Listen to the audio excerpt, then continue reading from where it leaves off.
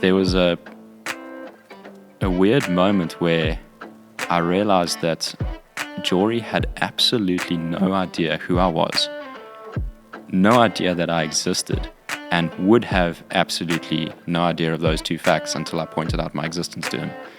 And so I dropped him an email and built coffins for the first portion of my working career. And so I've done quite a stack of those, coffins and grave markers. With small business, you can either separate or integrate.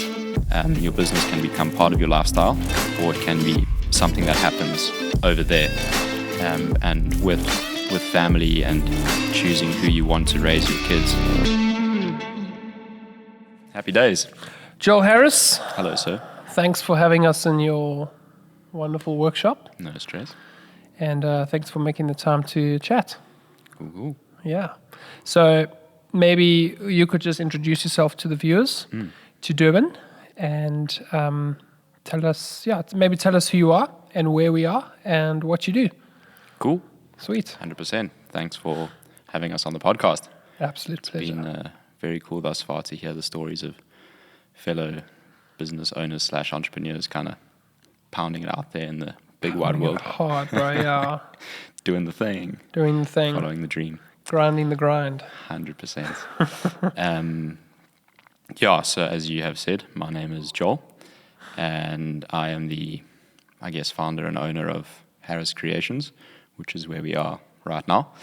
We're a bespoke furniture company, and we make high-end furniture in wood, steel, and concrete for the upper echelon of society.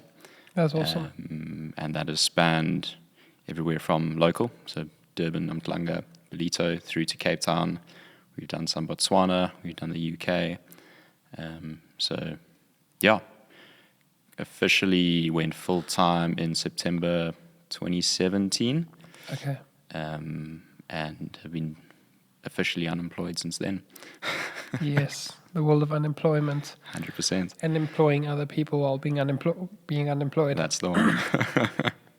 And so that's great, but there's some more recent exciting news that you have set the course to be betrothed. Well, there's that. So, yes. So congratulations on Thank you kindly. your engagement. A new official partner in the business. There's a new Yes. boss. Yeah, and then one day you're going to have little minions. Eesh. Let's slow down there, bro. Putting the baby in baby steps. Yeah, baby steps. So, where did you guys get engaged, if you don't mind? Where, sharing that? when? When and where? So, 3 weeks ago.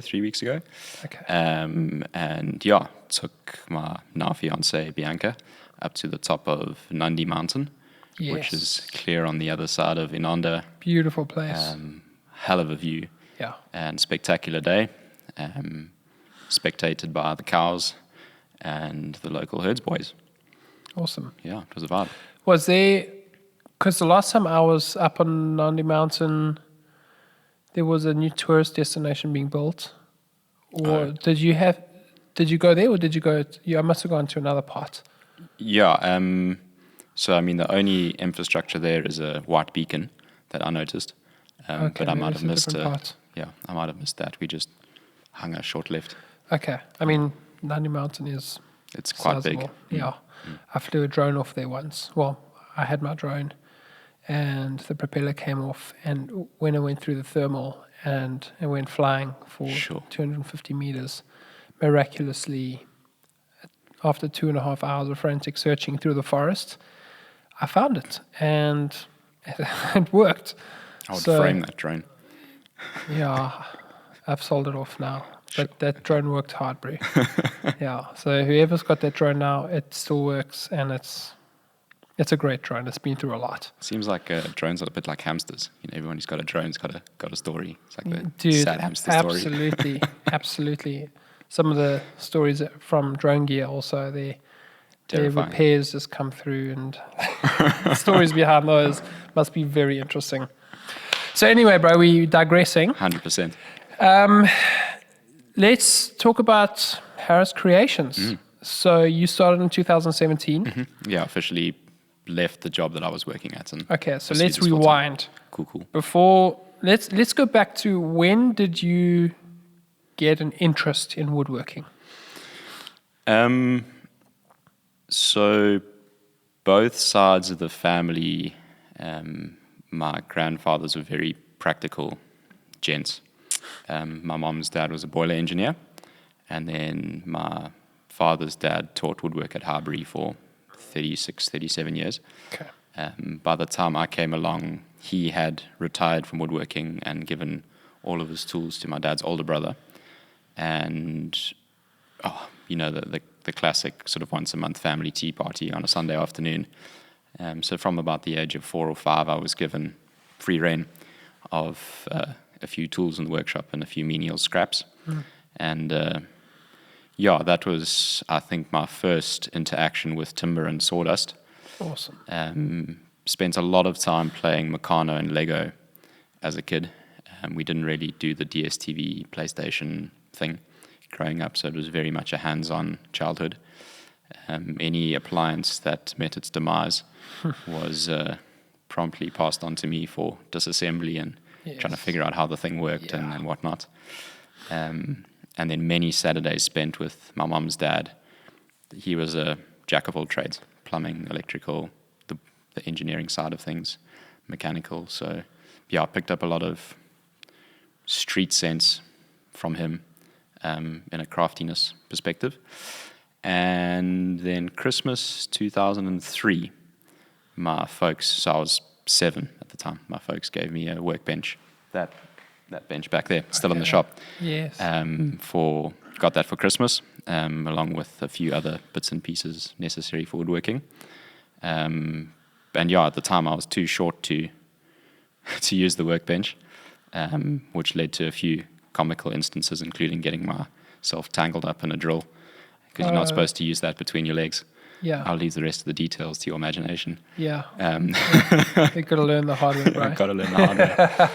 And then from there, every Christmas, every birthday, just tools, man. Tools, jigsaws and sanders and whatever came my way. I dug it. And then I realized I could start making money. I think it was the end of grade 8.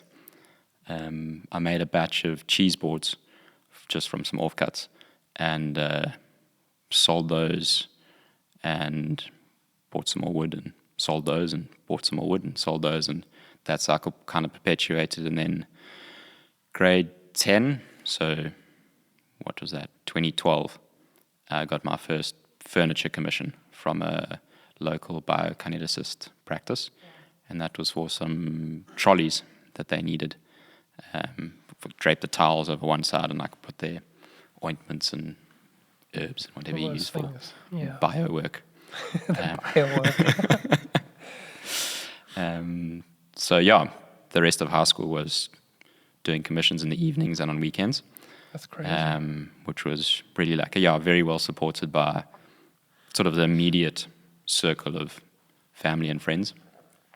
And then the dream, I think, following in my grandfather's footsteps, was to do mech eng.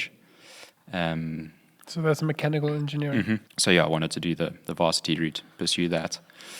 And high school kind of came and went, and I wasn't really settled. And I was offered a job by some friends from church who said, listen, we've got this timber factory, and why don't you come and just find your feet in the working world here? So I did that and built coffins for the first portion of my working career.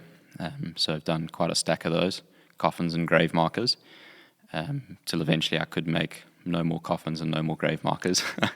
I reached my sort of mental capacity. You got to a dead end. I got to a dead end. Yeah, that was it, 100%. So I had to. Yeah, that's cool. I could feel it coming up. No, that's cool. Pick the low-hanging fruit. Final nail in the coffin if you want to just keep. So,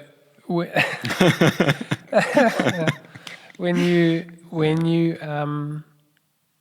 were manufacturing coffins, how many? I mean, was it a mass production? Yeah, or was 30 a day. 30 a day. Yeah. So we're in a department making 30 a day, and then the crosses grave markers. We get orders for like 1,500 at a time.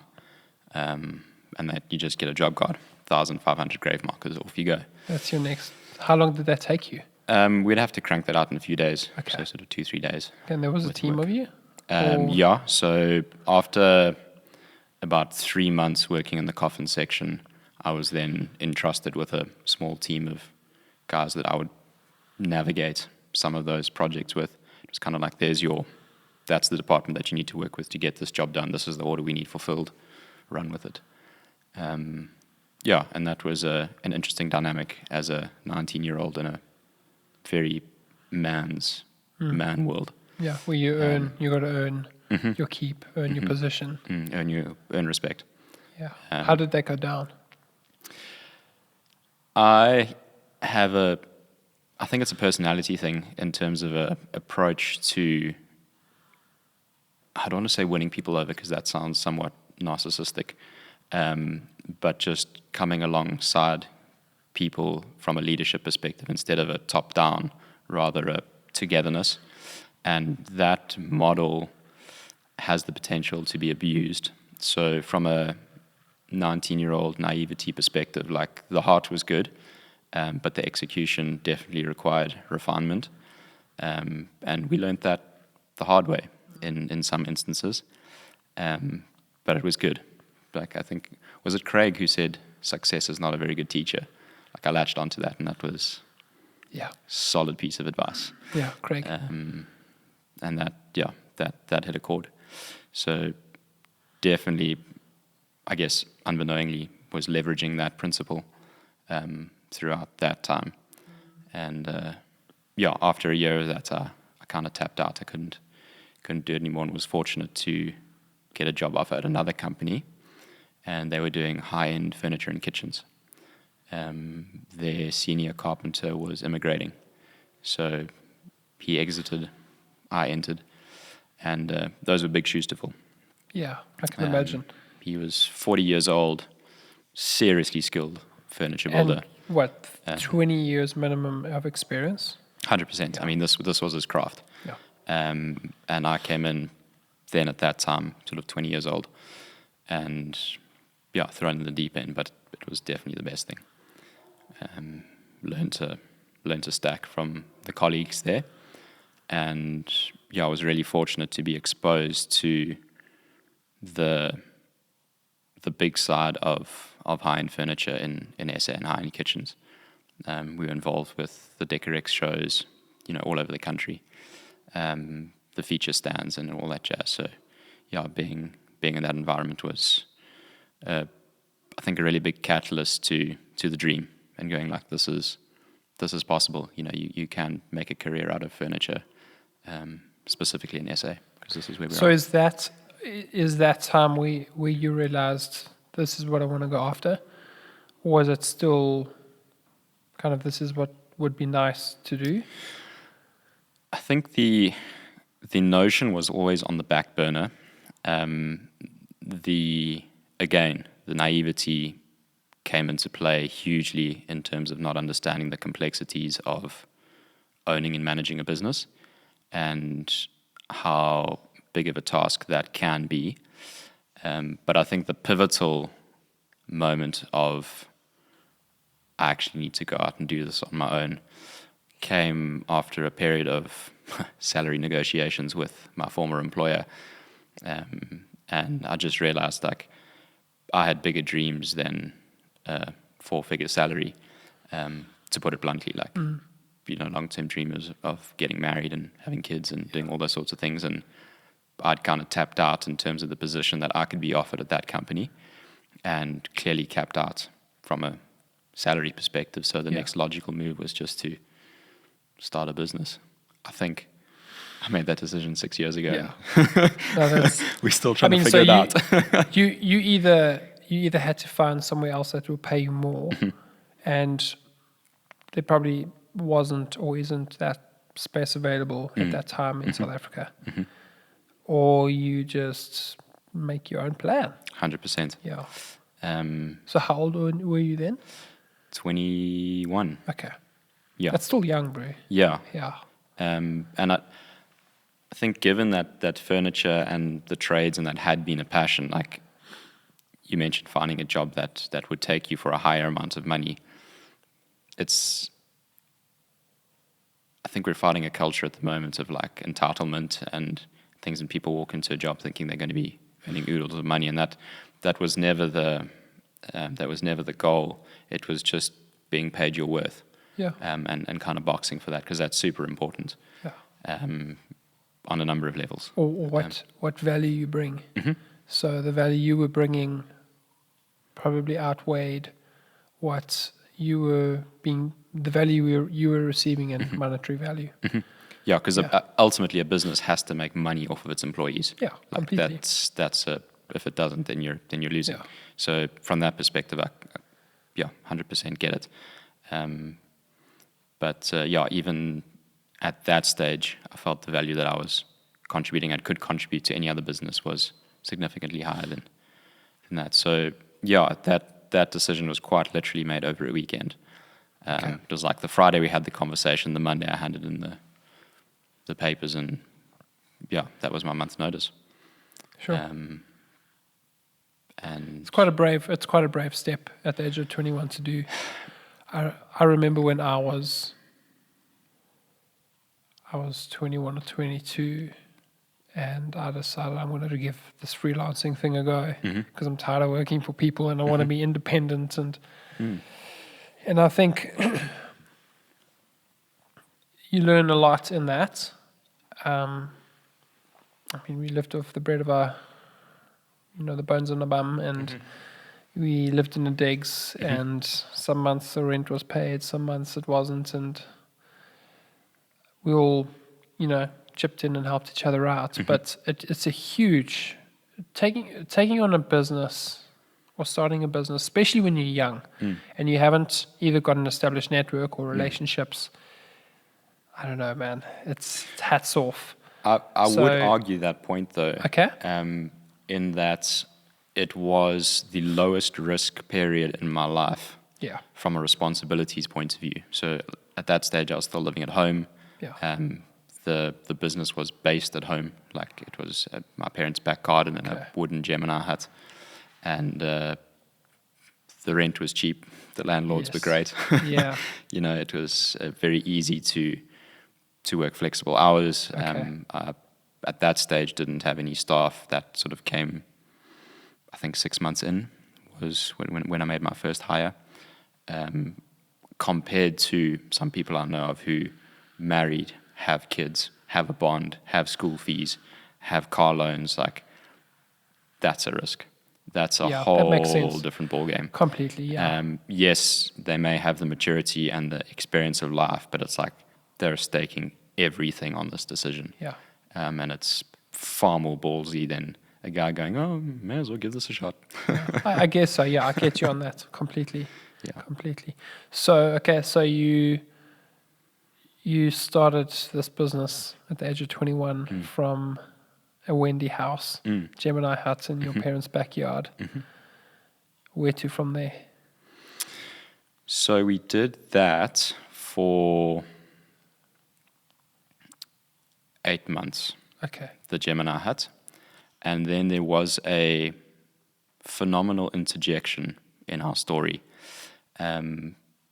I was presented with the opportunity to go overseas and work with one of America's most prolific furniture designer builders, Jory Brigham, and basically just pushed pause on Harris Creations and hopped on a plane, went to California and spent 3 months working with him, lived under his roof with his family, and just had the most incredible time immersed in the craft of American furniture building and culture. And that kind of segues back to the whole responsibilities thing. Like, because there was no massive overheads and no ties, I could just push pause and have the freedom to have that university of life type experience. It was my first international traveling. So that, in that sense, it was cool as well. Big wide world. So how did you get that?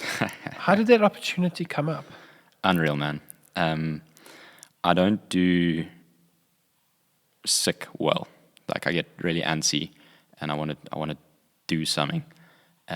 So by sick you mean? Like if I'm not well, like flu or whatever. Okay. And this was when I was that senior carpenter at the company. I came down with like a sinusitis type thing, and man flu.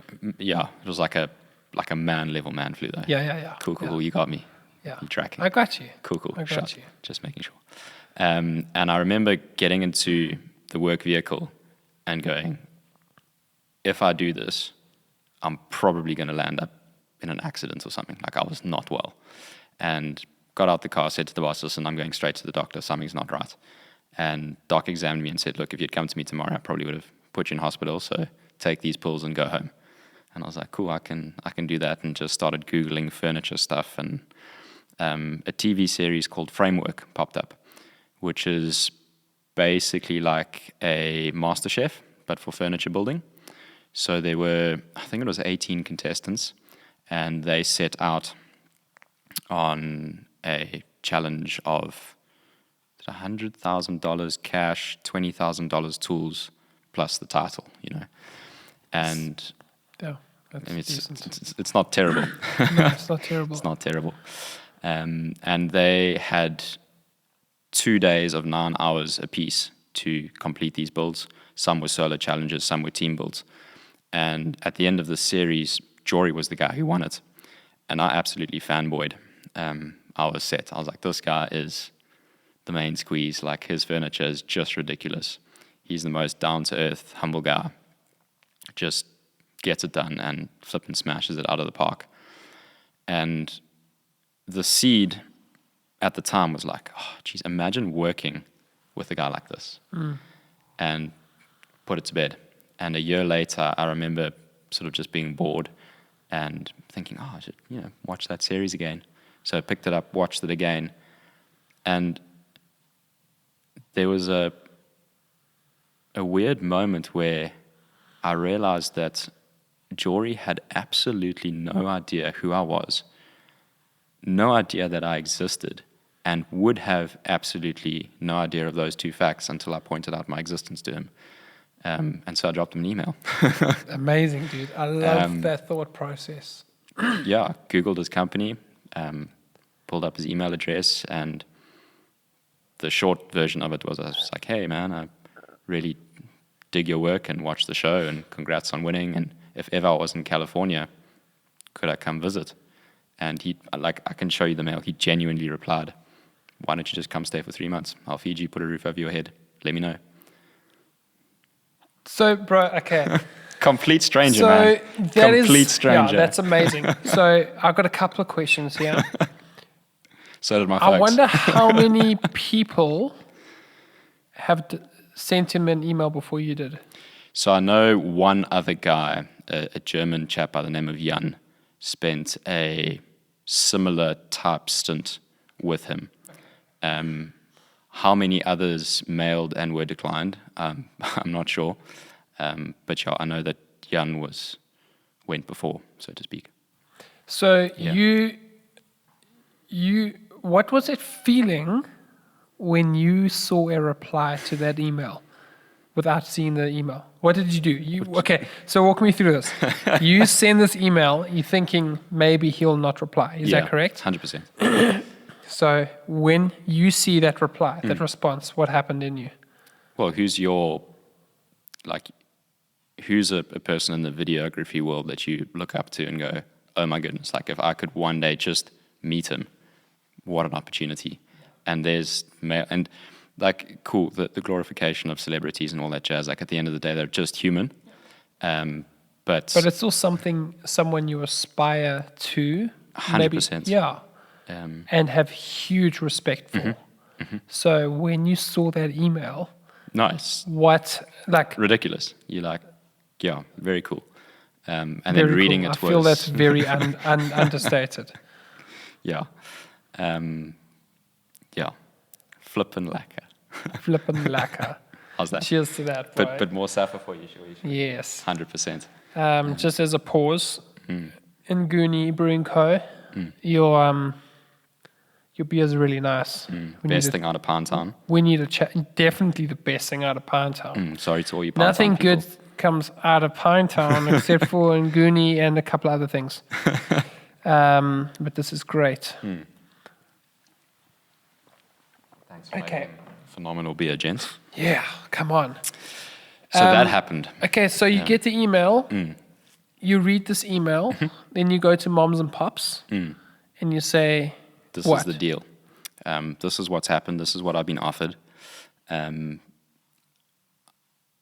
Their concern up until my departure and then message of I'm okay on the other side was, oh my days, our son is walking into like a stranger's house. Well, I think they were more concerned that I wasn't going to come back, some kind of trade scheme, like human trafficking type situation. I mean, what complete strangers just like, hey man, pull in, I'll feed you. Maybe we'll harvest your organs while you're here. Something like that. Okay. Yeah, I don't know if they want South African organs, but it's worth a shot. Free range, bro. Free range. Organic. Yeah, so you get there. Yeah. And you spent how long? 3 months. 3 months with his entire family. Yeah, so he's married with 2 kids, and he stays on a farm in a town called Paso Robles, surrounded by wine farms. So we're literally wine country. His workshop is a pole barn that's elevated that just looks out over these vineyards. It's absolutely exquisite. So for the first couple of weeks, I stayed down at the house with the family, and then moved up to the workshop. And he's building like an apartment up there, apartment/showroom type vibe. But it was very basic, like slept on the floor.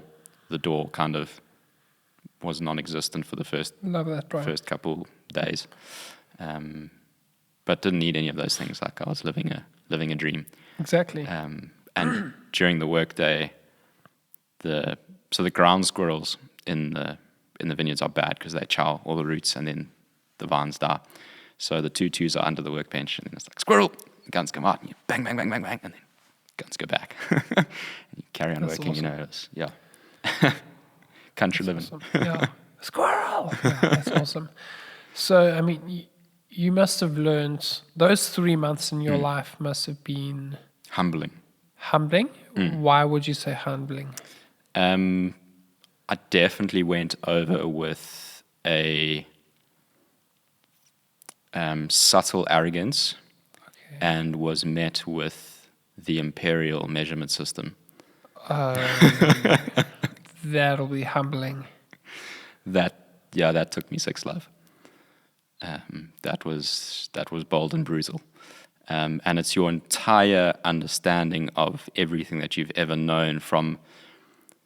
You develop an ability to understand proportion visually.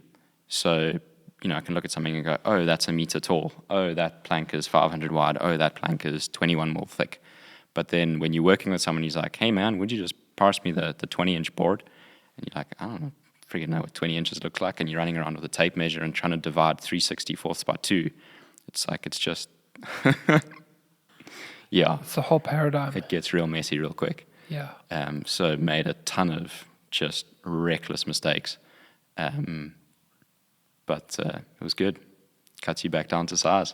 Nothing like an imperial disciplining. Sure. Yeah. Okay, so that experience was humbling. What else? You must have learned just incredible stuff. Just massive what exposure. What would you say the top 3 things you took away from that experience was? Again, reinforcing that the dream was possible. He's a 2-man shop. Him and the gent who works with him, his name's Tyler. Absolute legend, dude. And the 2 of them push out ridiculous furniture. Jory Brigham Design. Check him out on Instagram. Shameless punt. And they've built furniture for some big fish in Hollywood, across the US and abroad. And seeing that, like Jory crafts, he's a hard worker. He can push 18 hours a day and not break a sweat. And seeing the fruit of that after 30 odd years of the grind, and where it's got him to now. Yes, different economy, and America's a whole different place in that sense. But I think the principle of following the dream and the passion and being intentional about making a sustainable living out of it. Because at the end of the day, like, that's a pivotal point in that journey of going, can this support a lifestyle? History is riddled with the broke artist. Such a cliche.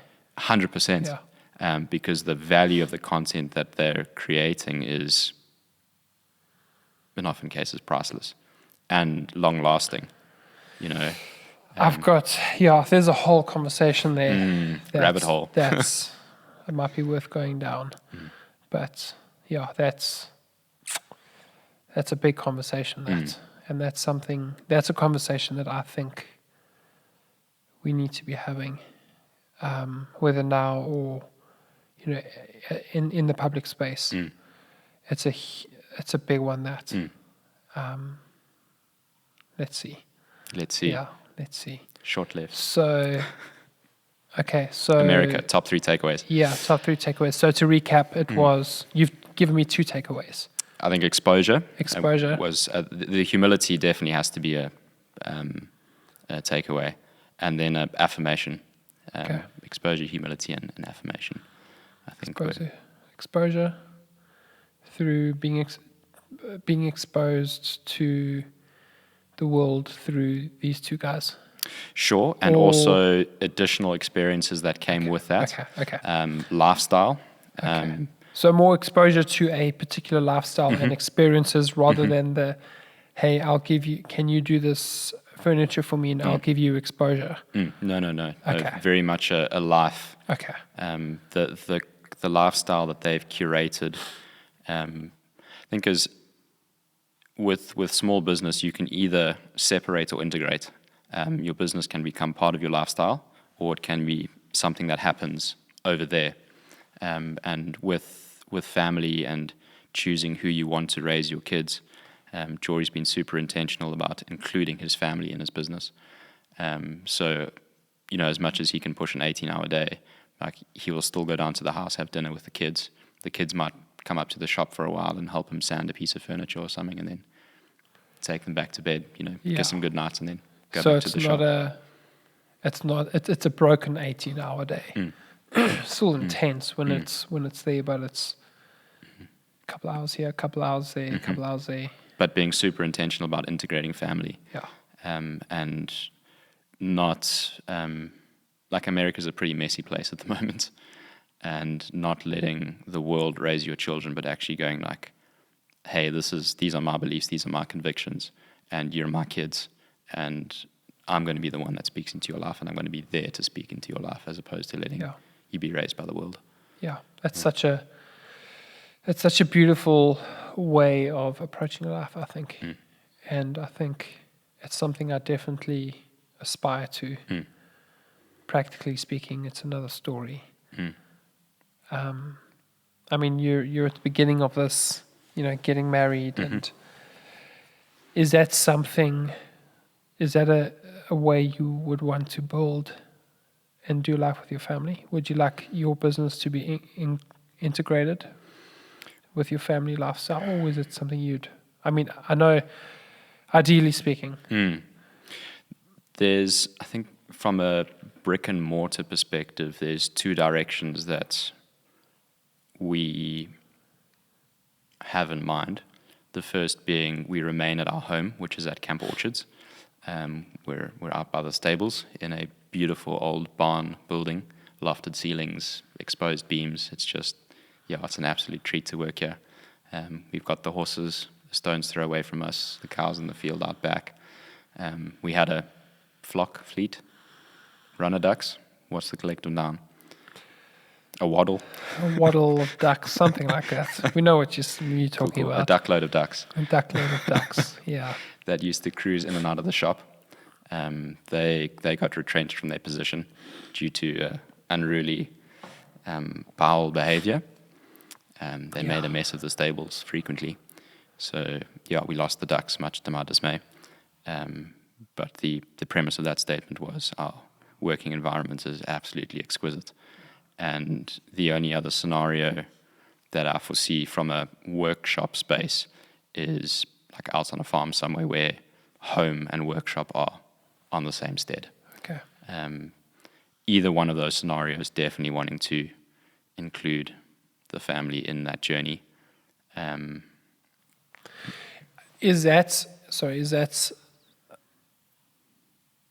I would say that's been your experience? Knowing just the tiniest bit of your history, is that you had an integrative experience growing up on where it was at Highbury. Hey? Yeah, you grew up on the Highbury property. So work and home were at the same place. And then even to an extent, the Harris Creations Gemini hut was basically an extension of family, family home. 100%. Yeah. How much do you think that has informed your desire to do that?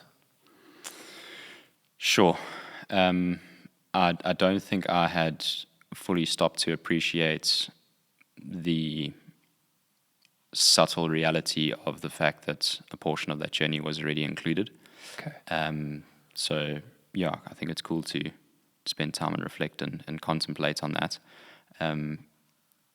I guess the nature of those dynamics were somewhat different in that you mentioned the Highbury setting. Like my dad was a teacher at Highbury, so I was on the receiving end of that lifestyle. But the knowledge of the fact that he was always around, it wasn't like, oh, I'm going to work and work is 40 minutes that way, or an hour or abroad. I mean, that's the reality of the world today. You know, many parents work abroad and see their kids. Seldom kids are in boarding schools, and that's just the way it is. So, yeah, I think being raised in an environment where my folks were always around is definitely, I guess, subconsciously reinforced that desire for my maybe future kids. We'll have to see. As long as they don't poop on the workshop floor, then you're all good. Yeah, well, there's that. Okay, so we're in America now. You've spent 3 months there. You have been humiliated, informed, and exposed. And what was the third one? You were jokingly humiliated. What's the humbled? You were humbled. Humbled.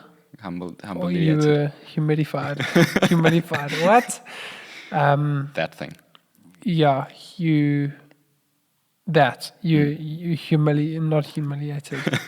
Wow, at times, yes. Yeah, at times because of the imperial. You were disciplined by the imperial system. 100%.